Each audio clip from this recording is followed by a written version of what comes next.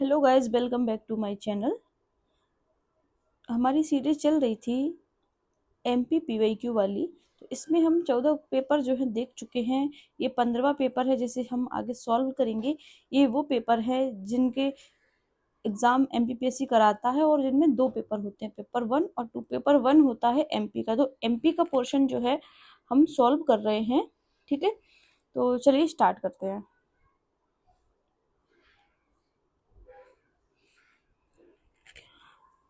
MP one विकास corporation निगम की स्थापना किस वर्ष हुई थी? तो ये हुई थी 1975 में। अब ये देखिए, एक साइड दिया है कोयला खान और एक साइड दिया है कोयला क्षेत्र, यानी कि कौन सी कोयला खान किस कोयला क्षेत्र में आती है, तो हमें इसको मैच करना है। तो देखिए, शाहपुर जो है ये तवा घाटी रीजन के अंतर्गत आती है, शाहपुर। और मोहपानी जो है ये है सतपुड़ा के अंतर्गत, है ना। इसके अलावा बरकुई आएगी पेंच घाटी में, और हिंगन देवी आएगी कहाँ, कानन घाटी में। तो एमपी में क्या है ना, कोयला के 2 रीजन पाए जाते हैं। एक पाया जाता है आपका मध्य भारत रीजन और एक पाया जाता है आपका सतपुड़ा रीजन। फिर इसके अंतर्गत ये सब रीजन्स हैं, ठीक है ये। और फिर उन रीजन्स के अंतर्गत होती हैं खान्स, यानी कि जो खदानें होती हैं वो इन रीजन्स के अंतर्गत आती हैं। चलिए, मध्य प्रदेश चूना पत्थर उत्पादन में 2021 में भारत कौन सा स्थान रखता था? यानी कि उन्होंने 2020 से 2021 का डेटा पूछा हुआ है, तो हमें पता है सेकंड रखता है। इवन अभी भी चूना पत्थर में एमपी की जो पोजीशन है वो सेकंड ही है। ठीक है, चलिए नेक्स्ट देखते हैं। सॉरी। अमरकंटक ताप विद्युत स्टेशन कौन से वर्ष में शुरू किया गया था? यानी कि जो अमरकंटक ताप विद्युत गृह है वो स्टार्ट कब हुआ था? तो 1965 में ये स्टार्ट हो गया था। निम्न में से मध्य प्रदेश में कौन से तापीय विद्युत केंद्र की स्थापित क्षमता सर्वाधिक है? इन्होंने पूछा है कि 2020 के अकॉर्डिंग सबसे ज्यादा क्षमता है किसकी, तापीय विद्युत गृह की, है ना, केंद्र की। तो ये है गैस डोंगलिया की, जो कि कहाँ है, ये खंडवा में है। सिंगाजी या डोंगलिया ये खंडवा में अवस्थित है। त्रिपुरी में किस राजा ने कलचुरी राजवंश की स्थापना की? तो ये क्वेश्चन जो है आयोग ने डिलीट कर दिया है ना। लेकिन आप एक बार जो राजवंश है और उनकी स्थापना करने वाले लोग हैं उनको देख लीजिएगा। अंग्रेजों ने मंदसौर की संधि किसके साथ की? तो ये मल्हार राव होलकर ने की। ये किस वंश के थे? ये होलकर वंश के थे। ठीक है, नेक्स्ट देखते हैं। स्वतंत्रता संग्राम सेनानी ठाकुर निरंजन सिंह किस क्षेत्र से संबंधित थे? तो ये महाकौशल क्षेत्र से संबंधित थे, ठाकुर निरंजन सिंह। ठीक है, मंदसौर अभिलेख की रचना किसने की? मंदसौर अभिलेख ये बहुत ही इंपोर्टेंट क्वेश्चन है, बार बार रिपीट होता है। तो इसकी रचना वत्स भट्टी ने की, है ना। और किसके शासनकाल में की थी? कुमार गुप्त के में की थी। वत्स भट्टी कुमार गुप्त के शासनकाल। इसमें क्या है, इसमें रेशम श्रेणी बुनकरों की जानकारी मिलती है, रेशम बुनकरों की। और इसके अलावा इसमें सूर्य मंदिरों की जानकारी मिलती है, सूर्य मंदिरों के निर्माण की जानकारी मिलती है। किसमें? मंदसौर अभिलेख में। भड़म नृत्य किस जनजाति से संबंधित है? ये भारिया जनजाति से संबंधित है। अर्धचालक होते हैं, तो ये डिलीट हो गया है क्वेश्चन। यूएसबी पोर्ट के उपयोग से कितने परिधि उपकरणों को जोड़ सकते हैं? जो यूएसबी होता है उस पोर्ट से कितने उपकरणों को जोड़ा जा सकता है? तो इसका आंसर है 127। निम्न में से किसमें कृत्रिम बुद्धिमत्ता का उपयोग होता है? तो देखिए, आप रोबोटिक्स में होता है, प्राकृतिक भाषा प्रसंस्करण में होता है ना, और आभासी वास्तविकता में होता है, यानी कि इसको बोलेंगे वर्चुअल रियलिटी।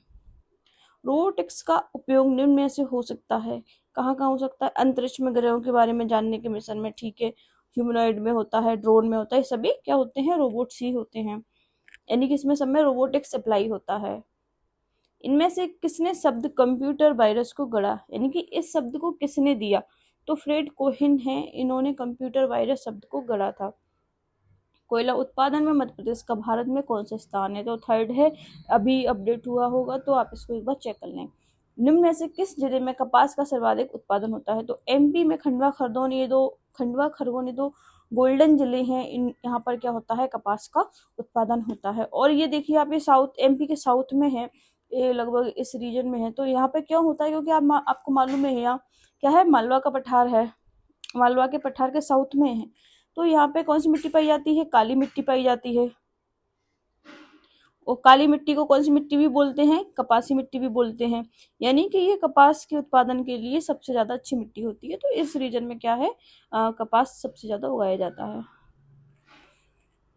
नेक्स्ट देखते हैं, मध्य प्रदेश की नई औद्योगिक नीति किस वर्ष घोषित की गई थी? तो इसको डिलीट कर दिया है, लेकिन आप इसकी डेट पता कर लेना और इसका ईयर भी आपको मालूम होना चाहिए।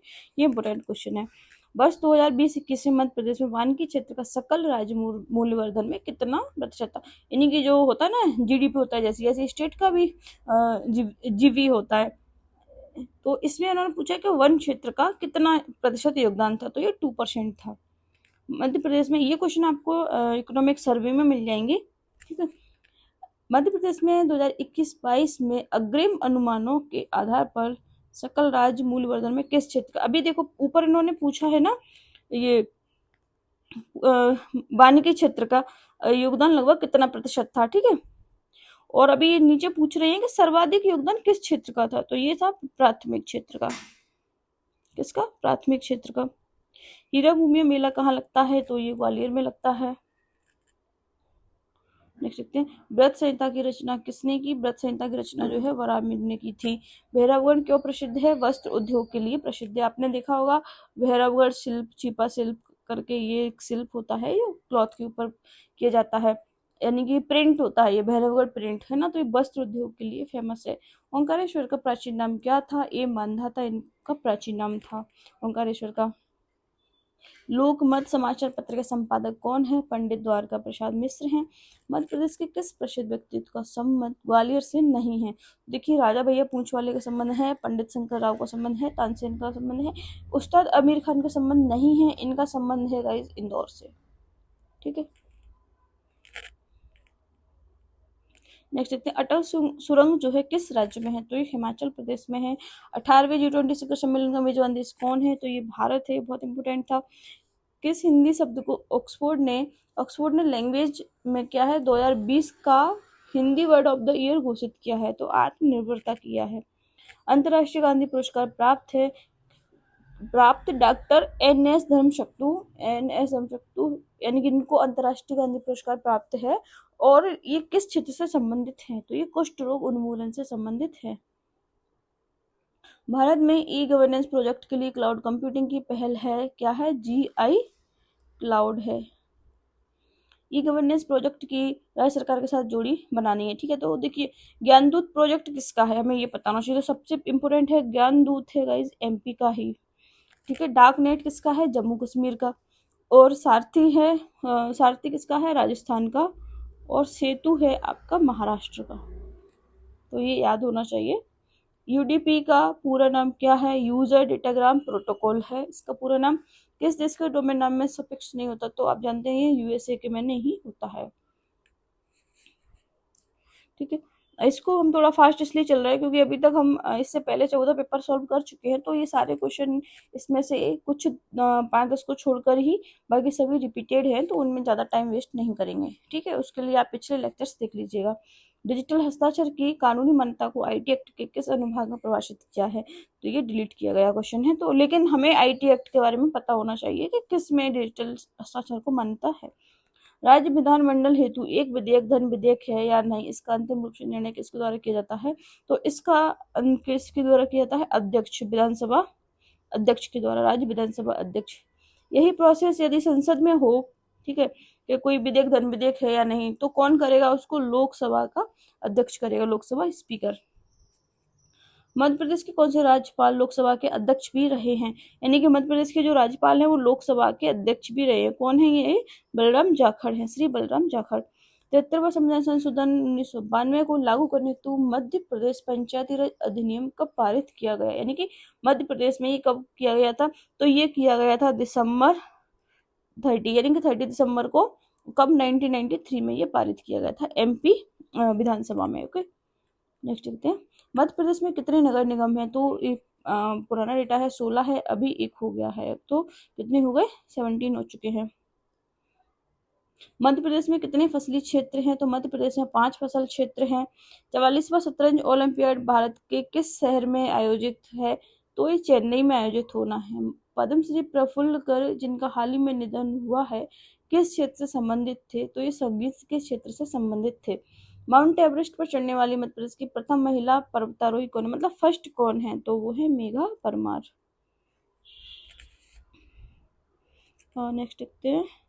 हाँ, भोपाल में लाडली लक्ष्मी उत्सव का आयोजन कब किया गया? तो ये क्वेश्चन भी डिलीट किया गया है। किस ऐतिहासिक अभिलेख में सूर्य मंदिर का निर्माण का उल्लेख है? तो देखिए अभी हमने ऊपर देखा था मंदसौर अभिलेख जो था वत्स भट्टी ने जिसको बनाया था, किसने? वत्स भट्टी ने। कुमारगुप्त के समय इसको बनाया गया, कुमारगुप्त। और इसके अंतर्गत एक तो रेशम बुनकरों के बारे में बताया गया था और सूर्य मंदिर निर्माण के बारे में बताया गया था। तो इसका आंसर है मंदसौर अभिलेख। मालवा का पठार किससे निर्मित है? तो देखो दक्कन ट्रैप से निर्मित है ये, और यहाँ पे पाई जाती है गाइज काली मिट्टी। दक्कन ट्रैप और क्या? काली मिट्टी। काली मिट्टी पाई जाती है, तो यहाँ पर आराम से आप कपास उगा सकते हैं। कपास के लिए बहुत अच्छी होती है ये। ठीक है, नेक्स्ट देखते हैं। मध्य प्रदेश में कुल भौगोलिक क्षेत्र का घोषित वन क्षेत्र कितना है? तो देखो हर 2 साल में क्या है, एक फॉरेस्ट रिपोर्ट आती है, तो हमें उसको पढ़ना है और उससे जो है हमें क्या है, लेटेस्ट डेटा याद रखना है इसका।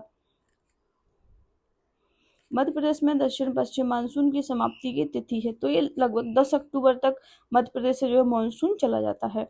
निम्न में से मध्य प्रदेश में कौन सी एक समताप रेखा, समताप रेखा वो होती है जो समान टेम्परेचर्स को क्या है मिलाती है।